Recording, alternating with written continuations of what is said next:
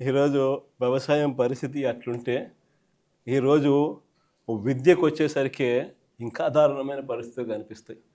Fee reimbursement బకాయిలు మన ప్రభుత్వ హయాంలో ప్రతి త్రైమాసికం అయిపోయిన వెంటనే ప్రతి 3 నెలలకు ఒకసారి ఆ త్రైమాసికం అయిపోయిన వెంటనే మరుసటి త్రైమాసికంలోకి వచ్చేసరికి ఇంతకు ముందు త్రైమాసికానికి సంబంధించిన డబ్బులు తల్లుల ఖాతాల్లోకి నేరుగా పడిపోయేది.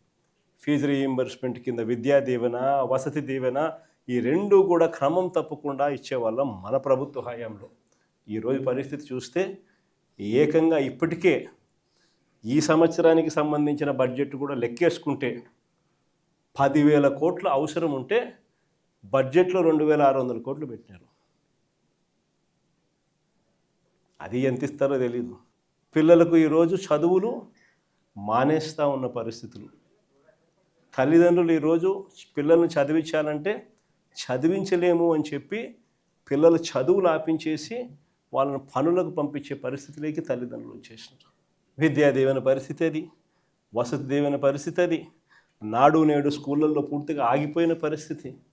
గోరుముద్ద అన్నది మనము పిల్లలకు బ్రహ్మాండమైన భోజనం పెట్టాలి అని చెప్పి ఆరాటంతో మనము చేస్తే ఈరోజు గోరుముద్ద అన్నది కనుమరుగైపోయిన పరిస్థితి.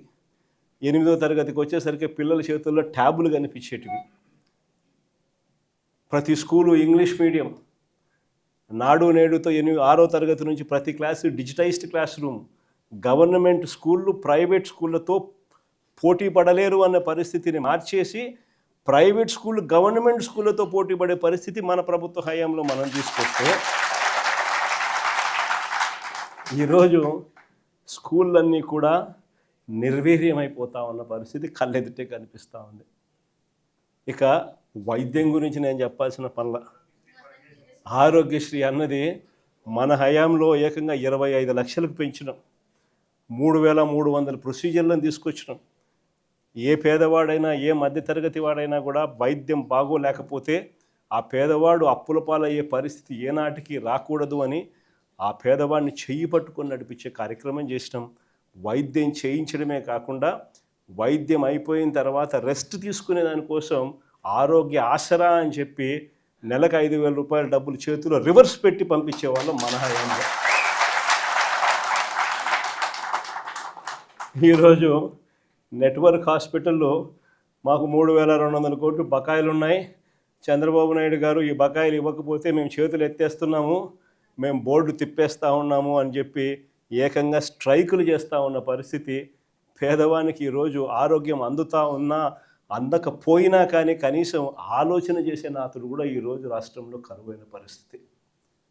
ఇలా ఏ వ్యవస్థ చూసుకున్నా ఎక్కడా కూడా మంచి కనపడడంలా అన్నీ కూడా తిరోగమనమే కనిపిస్తూ ఉన్నాయి.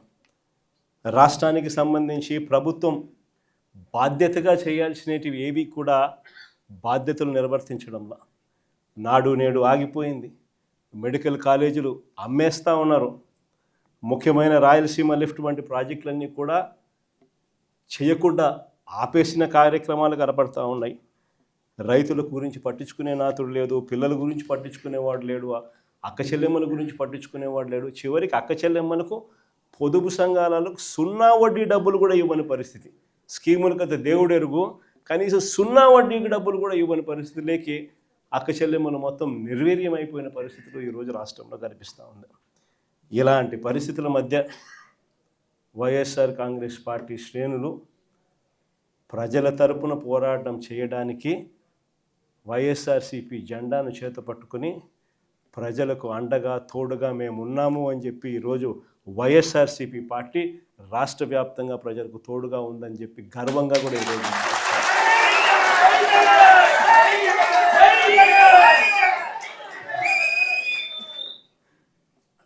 ఇలాంటి పరిస్థితుల మధ్య చూస్తా కన్ను మూసుకొని కన్ను తెరిచేసరికి ఇక సగం టర్మ్ అయిపోయింది. 5 ఏళ్ల కాలంలో సగం టర్మ్ అయిపోయింది. ఇక మిగిలినది మరో సగం టర్మే. ఈ సగం టర్మ్లో కూడా ఇంకొక సంవత్సరం దాటితే రేపు సంవత్సరం చివరిలోకి వచ్చేసరికి నా పాదయాత్ర కూడా స్టార్ట్ అవుతుంది.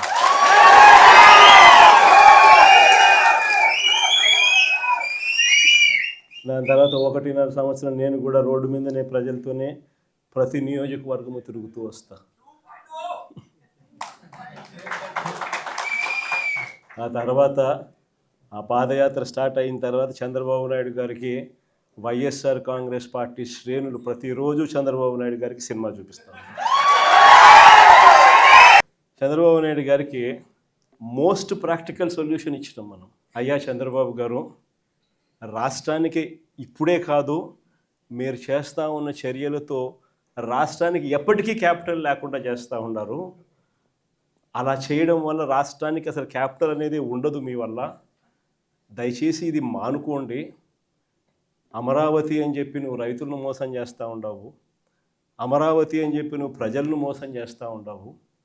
ఆ అమరావతిలో రోడ్లు వేయడానికే, కరెంట్ వేయడానికే, డ్రైనేజ్ వ్యవస్థ నెలకొల్పడానికే, నీళ్ళు ఇవ్వడానికే, ఇలాంటి బేసిక్ వసతులు కల్పించడం కోసమే నువ్వంతటి నువ్వే ఎకరాకు 2 కోట్లు ఖర్చు అవుతుంది అని చెప్పి నువ్వంతటి నువ్వే సెంట్రల్ గవర్నమెంట్కు డిపిఆర్లు ఇచ్చినావు, నువ్వంతకు నువ్వే బ్యాంకులకు డిపిఆర్లు ఇచ్చినావు.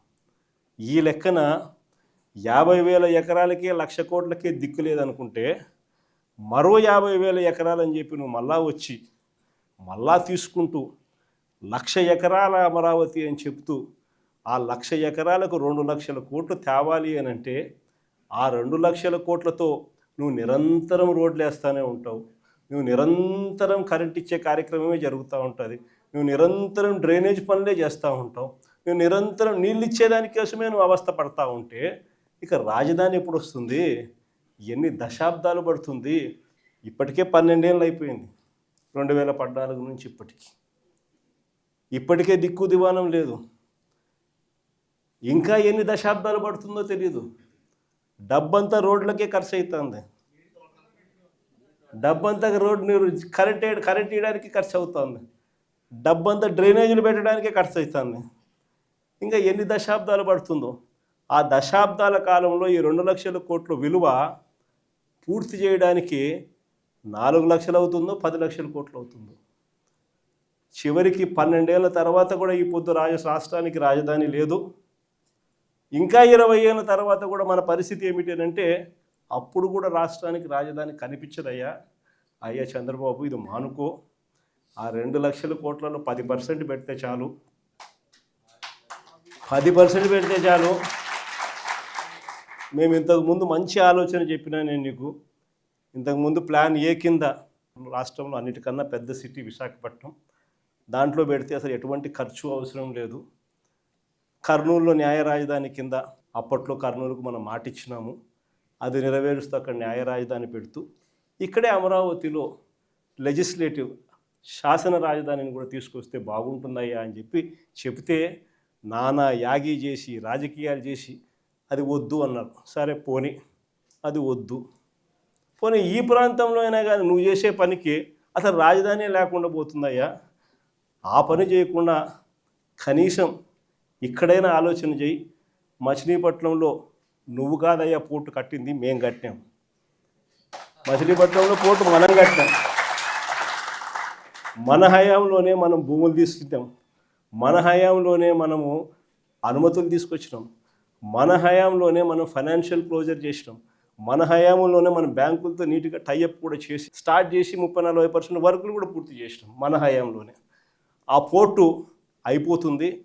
మచిలీపట్నం నుంచి విజయవాడకు కేవలం 70 కిలోమీటర్లు, విజయవాడ నుంచి గుంటూరుకు మరో 40 కిలోమీటర్లు, మొత్తం ఈ 110 కిలోమీటర్లు హైవే ఉందయ్యా. విజయవాడలో ఇంటర్నేషనల్ ఎయిర్పోర్ట్ ఉంది, మచిలీపట్నంలో పోర్ట్ వస్తూ ఉంది. ఈ హైవేకి అటు ఇటుగా ఎక్కడ నువ్వు ఆ బిల్డింగులు ఇక్కడ కడితే దీన్నే మచిలీపట్నంలో నుంచి మా, విజయవాడలో నుంచి విఐ, గుంటూరులో నుంచి గన్ను, మావిగన్ అని చెప్పి ఈ 110 కిలోమీటర్లు ఈ ఎకనామిక్ కారిడార్ కింద, క్యాపిటల్ కారిడార్ కింద డిక్లేర్ చేసి ఆ కట్టే బిల్డింగ్లు ఆడ కట్టుకోకుండా ఇక్కడ కట్టయ్యా. 2 లక్షల కోట్లలో నువ్వు పెట్టే అమౌంట్లో 10% ఇక్కడ పెడితే చాలయ్యా. ఆ రోడ్ల కనెక్టివిటీని కొంచెం ఇంప్రూవ్ చేస్తే చాలు, బ్రహ్మాండమైన రాజధాని ఇక్కడే తయారవుతుంది. డే 1 నుంచే రాజధాని వస్తుంది, ఒక గ్రోత్ ఇంజిన్ తయారవుతుంది. కనీసం 20 ఏళ్ళ తర్వాత అయినా మన పిల్లలు ఉద్యోగాల కోసం ఎక్కడికెక్కడికో పోవాల్సిన అవసరం లేకుండా మా మావిగంలోనే ఉద్యోగాలు దొరుకుతాయ్యా అని చెప్పి అని చిలకకి చెప్పినట్టు చెప్పినా